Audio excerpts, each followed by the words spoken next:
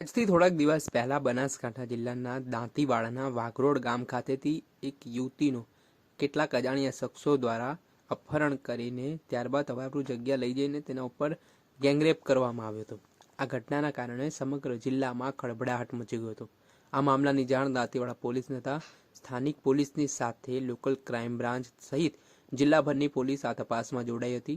આ ઘટનાના સંદર્ભમાં બનાસકાંઠા પોલીસે 500થી વધુ સીસીટીવી કેમેરા તેમજ अलग अलग टीमों बनावी है। तपास हाथ धर्या बाद आ घटना में आकाश पाताल एक करीने आ नराधमों सुधी पहुंची थी।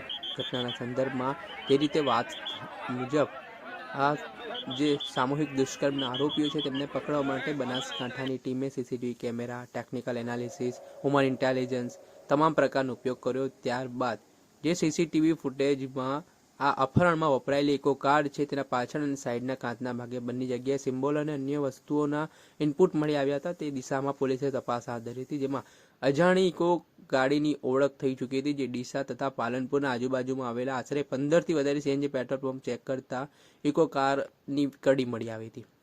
આ ઘટનાના સંદર્ભમાં એવી દેસાઈ જે એલસીબીના પોલીસ ઇન્સ્પેક્ટર છે તેમજ કેડી બારોટ પોલીસ ઇન્સ્પેક્ટર દાંતીવાડા તેમના દ્વારા આ બાબતને લઈને માહિતી મળતા ઇકો કાર જે છે તેનો માલિકની તપાસ કરતા વિનસિંહ ઉર્ફે વિનુસિંહ કનુસિંહ સોલંકી તેમજ વાલસિંહ ઉદયસિંહ સોલંકી સામઢી પાલનપુરના આરોપી હોવાની વિગત સામે આવી હતી, જ્યાં તેમની ધરપકડ કરવામાં આવી છે। પેલા મામલાને લઈને જે સમગ્ર ગુનાનો ભેદ બનાસકાંઠા પોલીસ ઉકેલી નાખ્યું છે તેને લઈને શું કહી રહ્યા છે બનાસકાંઠાના પોલીસ વડા અક્ષય રાજ મકવાણા તે સાંભળી લો।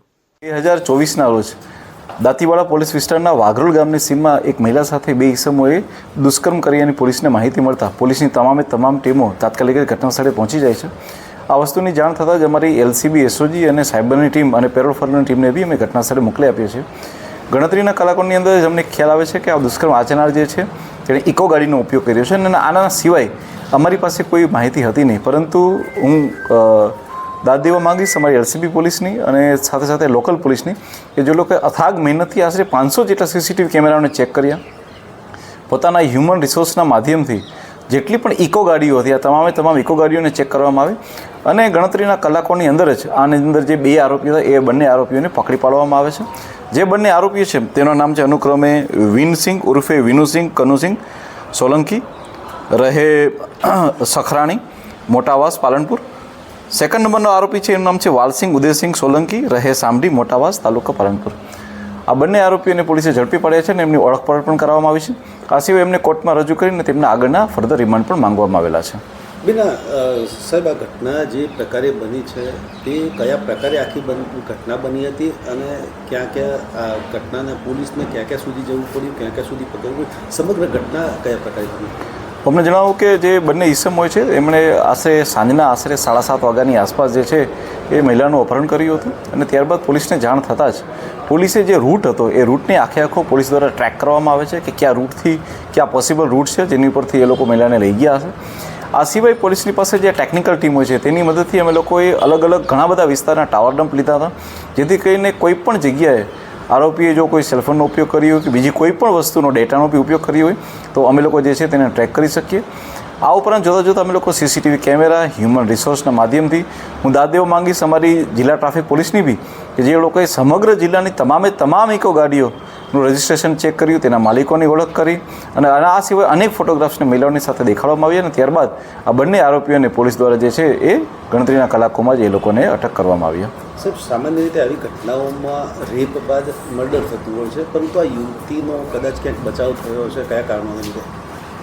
અમને જણાવું કે જ્યારે અપહરણ કરવામાં આવે છે ત્યારે એમનો કોઈ એવો મોટિવ હતો નહીં કે એમનું મર્ડર કરું, પરંતુ યુવતી બી ઘણી બ્રેવ હતી, એને જ્યારે મોકો મળે છે ત્યારે તુરંત જ ભાગી અને એ આવી જાય છે અને ત્યારબાદ અમને એ જાણ કરે છે કે એ આવી રીતના એ ભાગીને આવી ગઈ છે, જેથી કરીને યુવતી બચી જાય છે, પરંતુ યુવતી દ્વારા જગ્યા એક્ઝેક્ટ નક્કી ન થઈ રહી હતી અને આ ઉપરાંત રૂટ પણ યુવતી દ્વારા નક્કી નહોતો થઈ રહ્યો, પરંતુ પોલીસે અલગ અલગ ઘણા માધ્યમોથી આની અંદર હું આપણને કહેવા માગીશ કે અમારા પ્રોફેશનલ આઈપીએસ છે, પ્રોફેશનલ આઈપીએસે બી ખૂબ મહેનત કરી, ખુદ મહિલા છે, સાયકેટ્રિક મહિલા ડૉક્ટરનો બી કોન્ટેક્ટ કરવામાં આવ્યો અને આ બધા જ સંયુક્ત પ્રયાસોના માધ્યમ આ હતા બનાસકાંઠાના પોલીસ વડા અક્ષય રાજ મકવાણા। તેમના દ્વારા કહેવામાં આવ્યું છે કે આ મામલામાં એલસીબી અને સ્થાનિક પોલીસ મળી પોલીસના અધિકારીઓ અને કર્મચારીઓ દ્વારા દિવસ રાત મહેનત કરીને આ સામૂહિક દુષ્કર્મના આરોપીને ઝડપી પાડવા માટે કામગીરી કરવામાં આવી હતી, જેમાં દિવસ રાત મહેનત કર્યા બાદ એક સીસીટીવી મેળવ્યા બાદ ઝીણવટપૂર્વક તપાસ કરતા સમગ્ર મામલે જે આરોપીઓ છે તેમના સુધી પોલીસ પહોંચી હતી.